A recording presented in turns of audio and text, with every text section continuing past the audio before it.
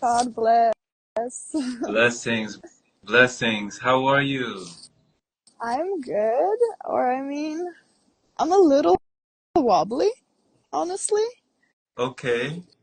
It's a lot right now. Life is really showing what works and what doesn't. What do you mean by that, Merkaba? Well, basically that everything that isn't serving the highest purpose is really crumbling and really just showing itself to not lead us anywhere in particular. It's showing up as distractions. Hmm. Okay, okay. So what would you say are some of like the biggest distractions right now that kind of have us wobbly? Well, for me, in my opinion, my own personal journey and everything that I have worked with, it's consumption. Hmm. It really is the wrong consumption in every way. And just personally, for me, everything is energy. And it's really about being conscious with what energy we take into our being. And I, I think with all of the stimuli in society, all of the media and everything constantly being fed to us, it's really like taking away that focus from like, okay, where am I going and what do I want to create? What is my center and why am I here? It's really like, you know, dispersing the energy so it doesn't become as refined as it could be. And that's what I'm seeing very clearly in my life experience currently is that all of these distractions are being extremely illuminated to the point that it's like I cannot hold on to them anymore, whether I want it or not. I have to move forward and I have to see that these things are self-sabotage and that I am not the only one, going through these things. We're all in the same boat and we're all doing the same things. We're all transmuting the same programs and the same like things that we all have to manage and, face in the external reality all the time. Right. All the time. All the All the time. time. Thank you for your honesty, thank you for your transparency on this because you're right. We're all going through it. We're all growing through it. And I find it interesting when you're talking about what's being fed to us, what's being fed and what we're consuming. They call things like the social feed or the news feed. And, our timeline is our feed. Like that's the feed, right? So Exactly. it's like, do we have what we need in the news feed? Like are we consuming the things that are good for our consciousness? That's a really big question.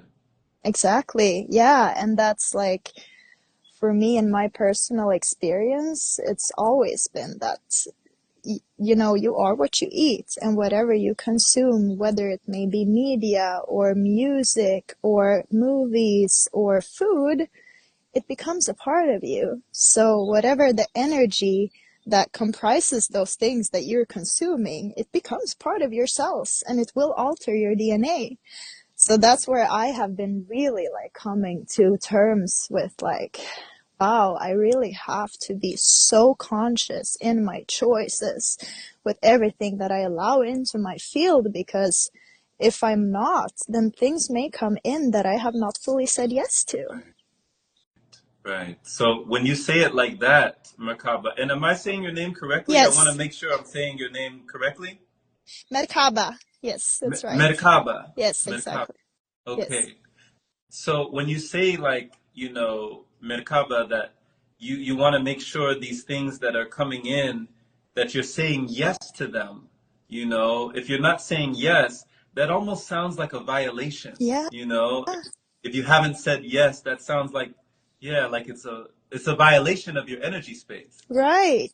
Right. And that's in today's society, it's so easy that these things happen because we're always in a social setting, and we always want to like find ways to connect.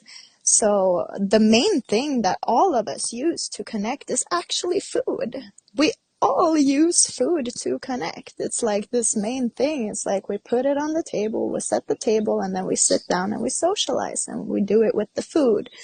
And the food is actually, it's like, it's a drug, which is very taboo and something that a lot of people don't like to hear. But food is a drug. And if we sit down and we like consciously choose to intoxicate ourselves, what will the effects be of this sitting, of this getting together? Because what we see now happening with people coming into more awareness and higher consciousness is that they're choosing to come together and to sit down and to actually, like sit in circles and connect heart to heart and meet in the heart space and, like really resonate with each other in a different way than we have before. Whereas before we have really just sat down to sedate ourselves and go unconscious. Yeah, yeah. I did it for so many years, Merkaba. I did it so many, for decades, really. If I think about it, I was in that constant sedation and lower vibration of, the constipation and even inflammation of food being information. It's information, right? So, Yes, right? Such insanity, oh. oh my God. So when did you come into the awareness? I'd love to learn more about when you truly learned that you are what you eat, that you create what you consume. Because when I talked to Elliot, that was something that we talked about as well. And he attributed you as, one of the genesis of his, expansion. Like you really helped him shift his whole mindset, his life. He really called you his angel. So can you talk about like when did that first spring up for you? I think right at the beginning of 2020, I had a very deep realization where my personal experience was that God came to me and spoke to me and basically told me that I have one purpose in life, and that it is to become as empty as I can in my vessel so that I can be a fully empty channel for source. So, and that came with everything that I just said, with being consumption as in media, music, movies, everything, and food, and drugs, of course, because I have had a past of drug abuse. So that was also the main thing that was illuminated at that point. But it was like really just this whole package of just like, you are what you consume, and whatever you choose to put inside of your vessel will become part of what you become and how you act and how you show up in the world. So how do you want to consume and how do you want to show up in the world? And so, of course, I've been through the whole spectrum of food addiction, from like anorectic to bulimic to like, overeating and not eating enough, until like I realized that I mainly thrive off of raw foods, and more so juices and smoothies. So that's how it really began. Like I was told that consumption is everything and we have to be conscious of our consumption, and that everything begins with consumption, in fact. And that even like just setting an intention for what you're going to consume. If let's say you're going to eat this mango that you have in your hand, like what kind of energy do you intend to receive from this mango, and what are you giving back to Mother Earth for receiving the mango, you know? So it's just a whole thing, it's been a very big package or download to unpack. And it's been taking me years, and it's been layers. Like, of course, it began with removing meats, and then refined sugars, and then coffees, and then, of course, drugs and everything, chemicals. But like, it's been a process of peeling, peeling, peeling. And now I feel like I have really come very close to the core, where I'm feeling like, okay, I'm almost at the liquidarian state where I'm feeling very full and sufficed with just liquids, which is amazing because I thrive off of that and I have most energy off of that and I feel happiest and I show up best when I consume like that. So yeah, it's been a journey.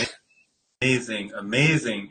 Thank you for sharing your journey and just how it's developed, how it's evolved, and how it's grown for you, what it's shown to you and made known to you.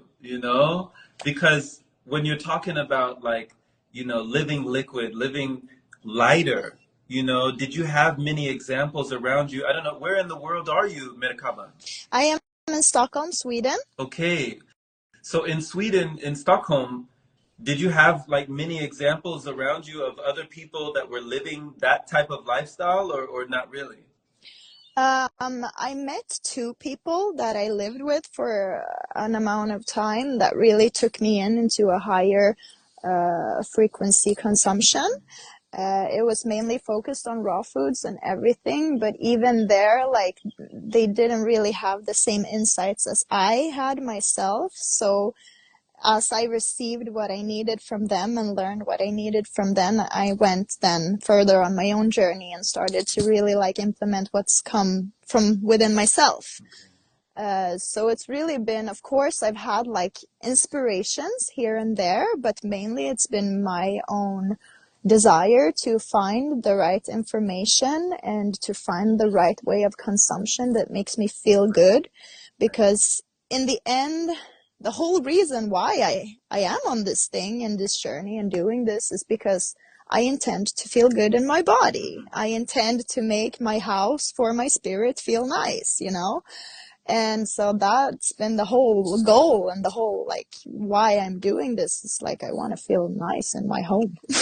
Yeah, no, I agree. It's a temple. The body is definitely our temple. And when we think that way, it's Yeah, simple. It's really simple. right? Yeah. Right?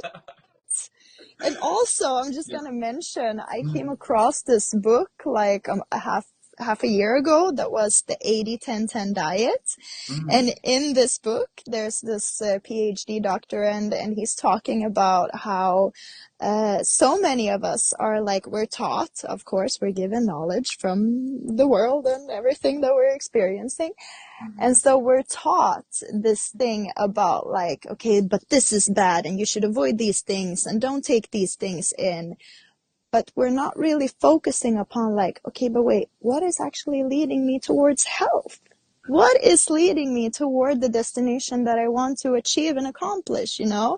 So that's been the biggest thing that I've learned there is to focus on what takes me to health rather than what takes me from health. right, right.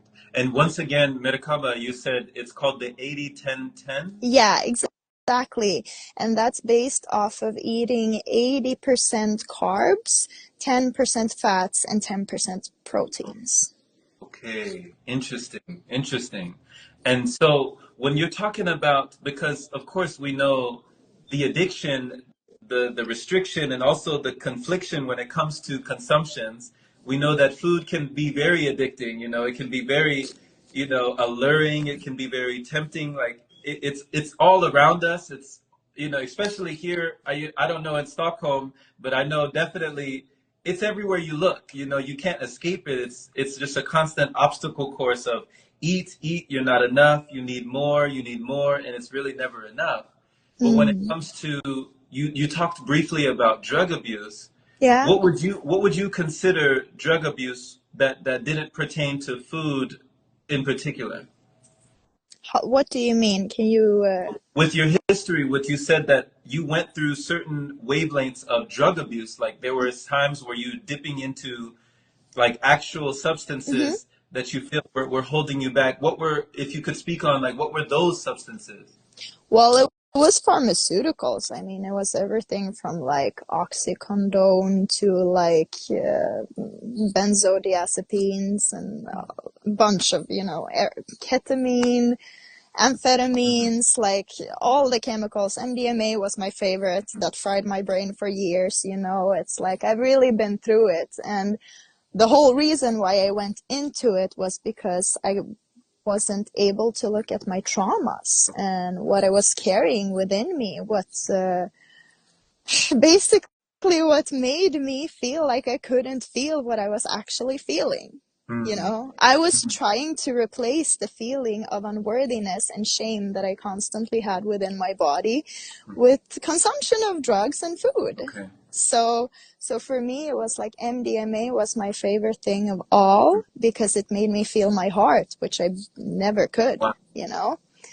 So Wow. that was a big thing for me. And then once I came to the realization that I had an addiction, I instantly cold turkey quit everything. Okay. And when was that instant that you realized? Because, even in like AA meetings, Alcoholics Anonymous, they say that the first step in the 12-step program is that acknowledgement and that awareness that, okay, there's a problem. There's a Yeah, disconnect here. There's something that needs to be addressed. There's something that has been suppressed and needs to be expressed. So when was that moment that you said, okay, no more cold turkey? I became homeless for the third time in my life. Yeah. I had no route whatsoever. I was running around in confusion and fear, and I was staying at people's places 1 month here, 1 month there. I moved 19 times in 6 years. I was very ungrounded, and I had no family. I had no friends. I really had nobody to turn to.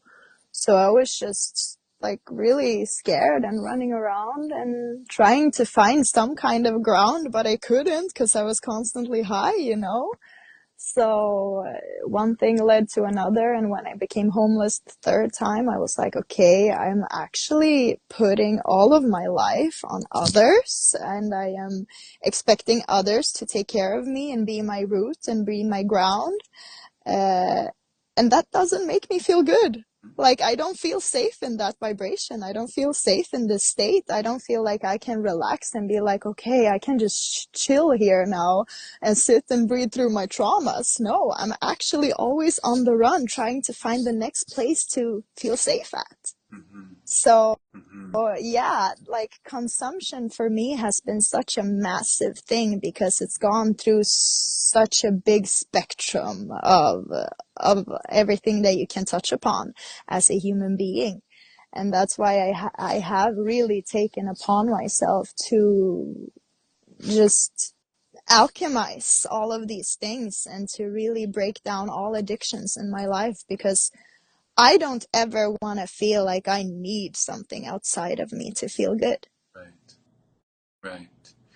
Wow, Menikaba, thank you just for your vulnerability. Like thank you for just your openness. Your willingness to share this, because, like, even as you're speaking right now, your words, you don't know, like that testimony, it touches many people's lives. Like even right now, we have Sophie. Sophie's down below, and she says, "So inspirational, my friend. Thank you for being you and sharing." And people have been echoing your like just your sharing and just saying like, wow, just for you daring to be sharing these things, it takes courage. It takes courage and bravery to be able to just talk about this. So when you were in those moments, like you said, moving 19 times in 6 years, you said, Yes. and you know having that much fluctuation and then going and then not really knowing where you're going to lay your head at this night and then being somewhere else the next night. And when you were homeless, you said, for the third time,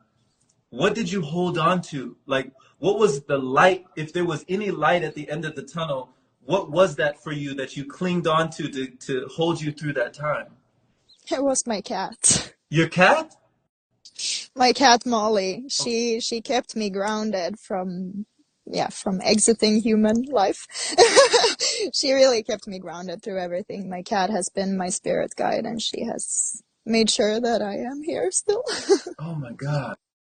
Wow. Yeah. Wow. Wow. Blessings to Molly. I got a little kitten here right now that I just recently came into my life right here. Oh, You know, beautiful. So I'm like learning right now how they do kind of ground us, how they keep us in that space, and how they are protectors, Mm, you know? They're yes. definitely protectors. And I saw Elliot, I saw a cat that Elliot put on his screen at one point that came in, another little kitten. I forget the name, was Shiva or something. I don't Yes, Shiva is his kitty and mine is know. Molly. Shiva and Molly. Yeah. Beautiful. Beautiful, Merkaba. So, and how long have you had Molly?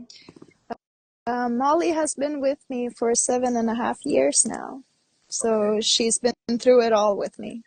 Wow. Wow. Mm. Wow. And you said that she's the reason that you're still here. Yeah, absolutely. Like if I would not have had Molly, I would have not been alive today. Because throughout this period of being very dissociated and not really having any ground, my whole goal in life was always like, okay, but I have to make sure that my cat has a safe home, you know? So it was really insane. I took my mama role so seriously that I always made sure that she had a safe home. And even when I didn't have a home for myself, I made sure that she had some place to stay. So she was always protected, you know, and that's how she in turn protected me. Yeah, beautiful, beautiful. That is amazing. You know, you have that motherly nature. You're a giver, you Yeah, know. You're a caretaker, you're a giver, you have that motherly, nature about I love that. That by taking care of her, she took care of you. yeah, You know, exactly. that is so beautiful. So, oh my gosh, when you're talking about this, and before you said that your favorite of choice was the MDMA, Mm-hmm, but you said it was because it connected you to your heart in mm-hmm, ways that nothing else had done before. And mm-hmm. I also see, Merkaba, that next to your name it says Anahata. Yes, And Anahata, if I'm not mistaken, that's the heart chakra, right? yes. So, what is your relationship to the anahata today that it wasn't back then? Like, how differently do you connect to your heart now that you needed something else to connect to it back then? Well, I still have a journey of healing in front of me when it comes to my heart. I can't say anything else. My heart has really, I haven't respected my own heart in the sense of like, yeah, like, you know, becoming homeless and all these things. I didn't really take care of my own needs and take care of myself as I needed to. So I feel like sometimes, and this is weird, I don't know, this is really strange. Sometimes I feel like my heart is a sentient being in itself. And that, I don't know, I have a hard time just to connect to that part sometimes because I have been so afraid of opening up to reality into life, and there's been a lot of things in my life that hasn't really allowed for me to feel safe in that space. So I still have a journey to feel into my heart a lot. But when I do feel into my heart, then it is either with, you know, being with my partner or with my pets, or mainly in nature actually is where I feel my heart. So nature is the most potent medicine of all, I feel. And that's something I'm really trying to come back to just be with Mother Earth. Yeah, yeah. I mean, it's no wonder you're in nature right now, Yeah, you know? No wonder you have the greenery and the scenery, you're like connected, you're yeah, right there. And I remember somebody told me that, the forest is for rest. He broke down those words. yeah, Like, exactly. I heard that on one of your videos and I was like, oh my God, that's priceless. That's what's up. you that they say the truth is hidden in plain sight. Even the words that we use, the spells that we conjure, Mm, it's for rest. So, mm, my goodness, when you're in these places and you're connecting to your heart more deeply, because they talk about the heart in particular when it comes to, like, I know with the Merkaba, There's the pyramids that I remember doing in this meditation with the Merkaba, Mm-hmm. like an upside down pyramid, and then there's spinning, and then there's that field around you. But then there's Exactly. also the people talk about the toroidal fields of the heart. Like the heart has these torus fields or toroidal fields that extend, Mm-hmm. so far out, and they don't just, they touch other people when we come into their field. So what do you feel it is about the heart that people often take for granted that they don't really realize about the heart? I think the main thing is that we think more with our hearts than we do with our brains. But then we neglect what comes from our hearts and we listen to our brains. I think that's the biggest thing, is that everybody's heart speaks to them and guides them. Because at least in my experience, I perceive as that God lives in the heart. So through the heart is how God speaks to us and always guides us toward the right choices for our highest expression. And so I think the biggest misconception is that people think that they should use this instead of this, and that they really don't understand how the heart is constantly subtly, very subtly, trying to send impulses to us, but we're not receptive to Right. them because we're so trying to problem solve and fix the next thing that needs to be done and do our to-do list and everything. And I mean, I do that myself. I mean, I really do that myself, and I'm trying to find a way to, like, okay, but what does my heart need in this moment, and what is the best for the whole of me, and not just for what I think is necessary to be done right now. Right. So I think that's the biggest misconception, is that people don't really remember to listen to that subtle guidance that's always there. And I like how you said we don't remember to listen. Mm, It's almost like we forgot how to listen. Like, have we yeah, always been listening to our heart? Like during childhood, would you say it's more effortless that we were listening to our heart during childhood?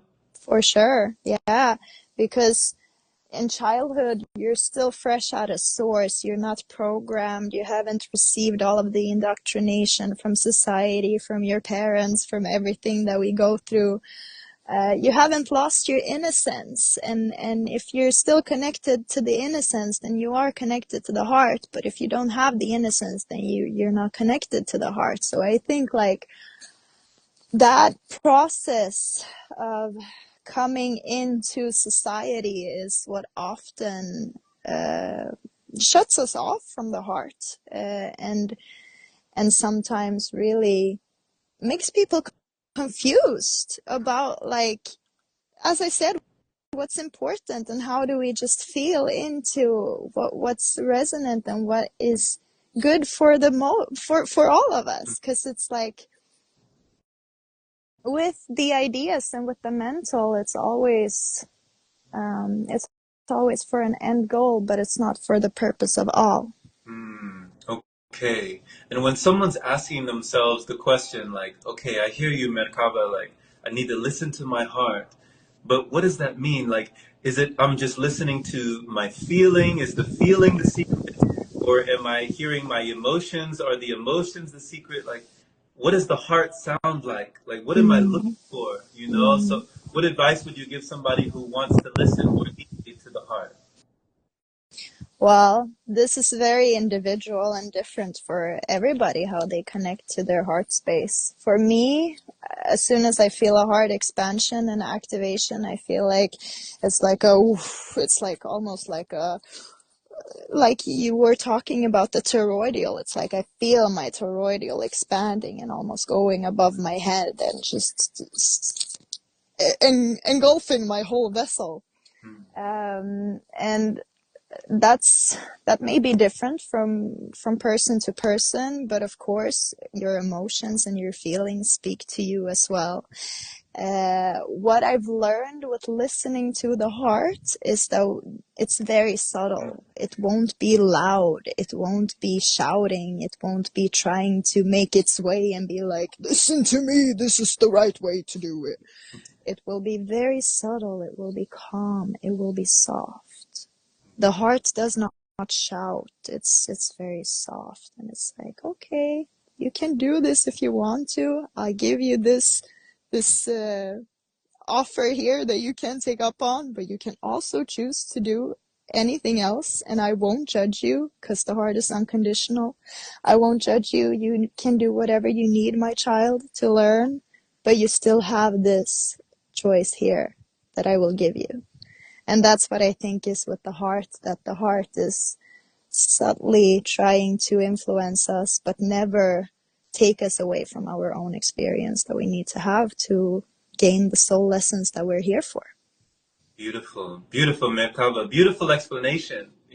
Just beautiful, like the way that you express it, because with you getting out of the head space and more into the heart space, is this intelligence of the heart, the anahata, like, is this intelligence, do you feel like it's never wrong? Like, have you ever listened to your heart and your heart steered you wrong? Or has it always been on point every time? Yes, the heart knows always. The heart is always right. I can't look back at my life and see any situation, whether I have listened to my heart or haven't listened to my heart, where my heart has been wrong. I know that my heart is always guiding me toward the highest expression for myself, and so to not listen to my heart would be insanity. Wow. Wow. Point blank. You're like, I'd be insane. Yeah. Yeah, yeah, I'd be crazy at this point. You're like, to not listen, I can't afford it. So, what would you say when you're talking about you'd be crazy to not listen? What would you classify like that gut intuition? What would be the difference between like the intuition of the gut, our gut instincts, and like that heart knowledge, that heart calling? Like, what's the difference between these two? I think the gut intuition it's more faster. Okay. It's more like it happens more like when you have to make fast choices. It's like, okay, take this route. So I think the gut is it's a more like direct route, and it's not really very necessary in like big important life choices. That's what I feel. The gut is more like in just like regular daily life, like guiding you throughout the different scenes of your experience toward the right end goal or whatever. But I think that the gut is more a fast-paced like direction than the heart, because the heart is more like for the big choices, for like, am I gonna get a child with this person? Should I go get married? Or should I move to Brazil? These big ass things that are really like determining our life. Okay. That's what I feel the heart is for, but then the gut is more like for just the daily, like what's happening in the life. Okay. Great breakdown. Great breakdown once again. So if we have the gut is for the quick decisions, that intuition of right now, Yeah. real quick, like I have a feeling in my gut, I should do this. And then, you say the heart is for the big overarching decisions. Yeah. Then what is the mind actually good for? Like, what is our mind good for anyway? Innovation, creation in the physical, like like building stuff, solid stuff in the physical, like creating new products, or like something that needs to be innovated or built, like technology and stuff like that. That's what the mind is awesome for.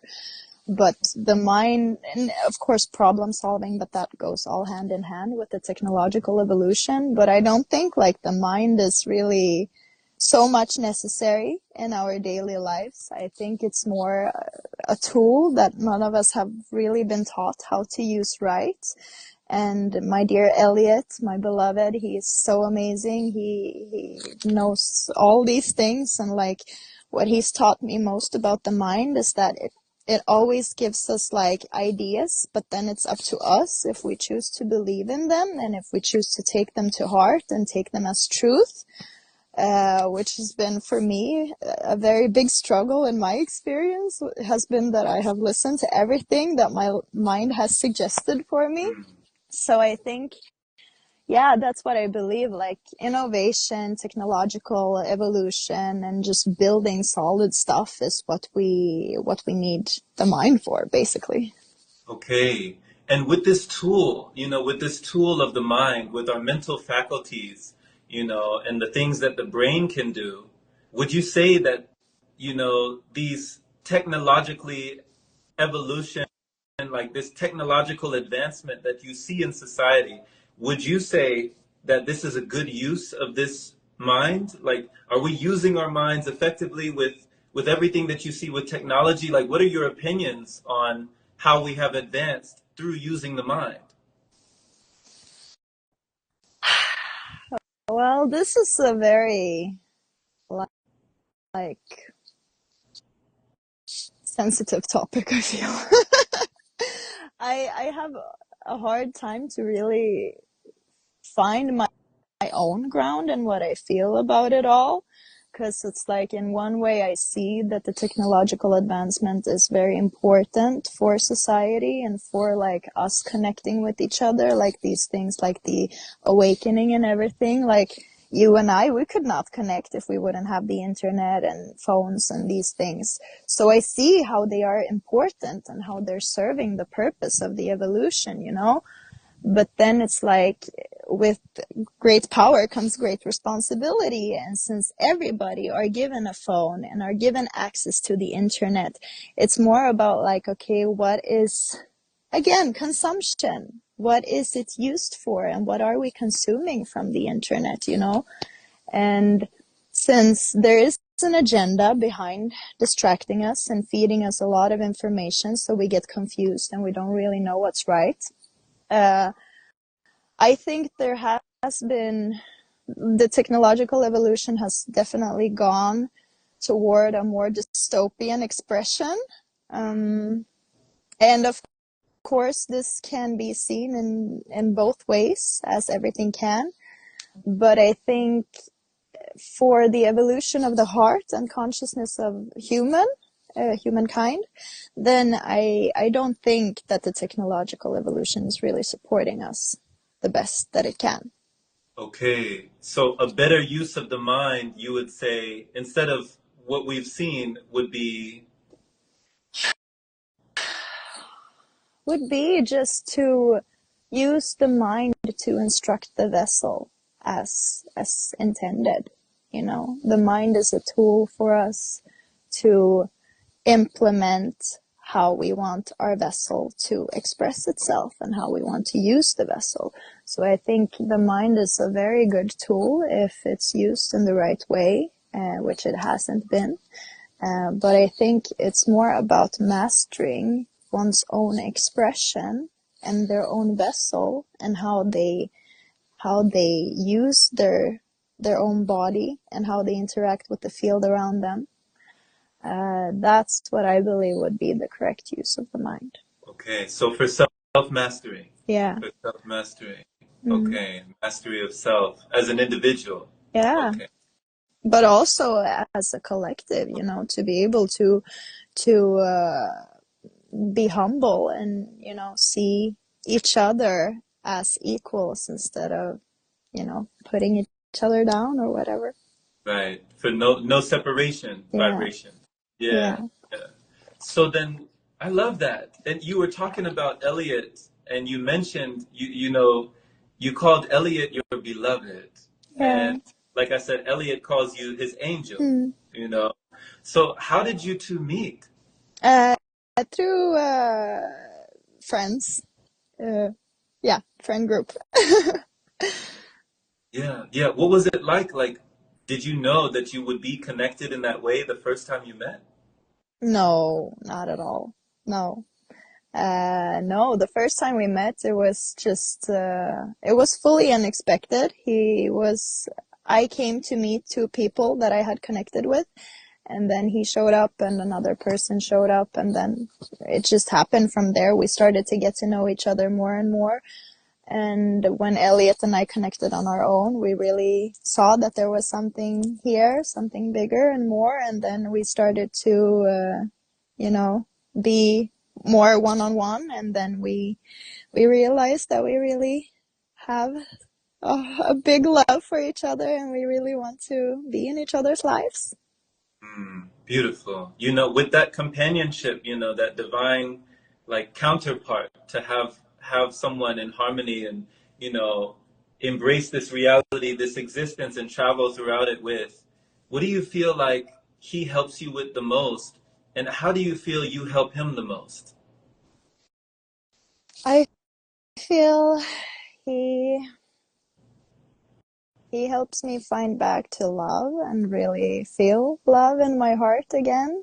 Uh, and just to, as I've said, to not listen to all of the suggestions from my mind and listen more to the subtle whispers of my heart.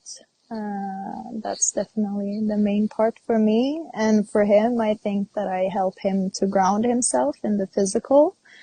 And just to groundedness. I think that's really what I give him. Grounded. You keep him grounded. Yeah. Okay. Down to earth. You bring him down to earth? Yeah, well, I try. Of course, I try my best. You you're you're like I try, Oh man, you said Merkava that he helps you with that feeling love again, Yeah. to feel love again.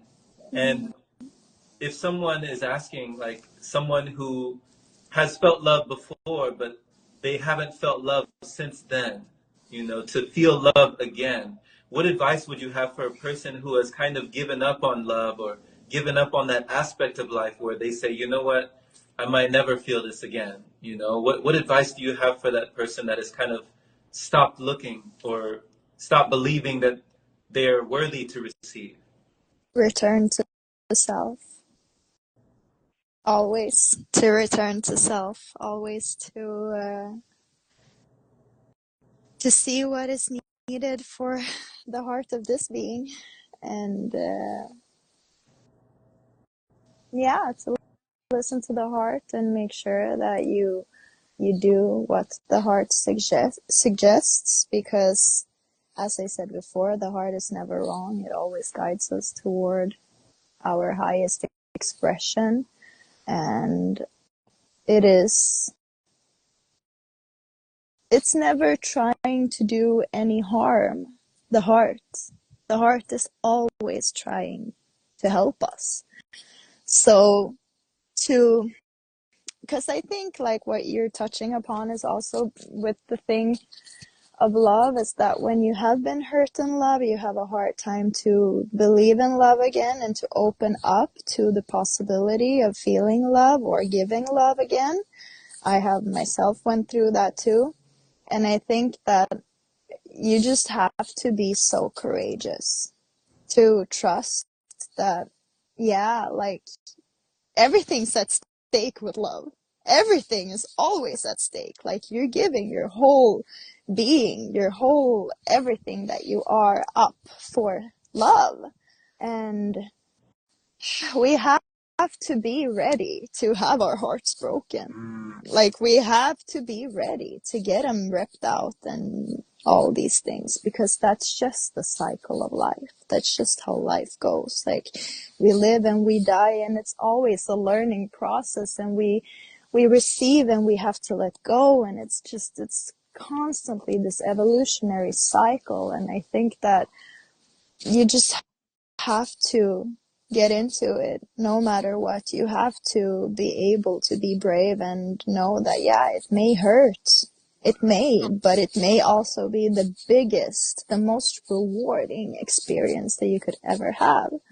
So I think just courage and return to self. Courage, returning to self. Wow, wow. So you say like, it sounds like what I'm hearing from you is that there's no point to close off the heart to for the fear of having it broken. Right? Yeah, There's no, no point. no, no. Because, I mean, you're never going to move forward then.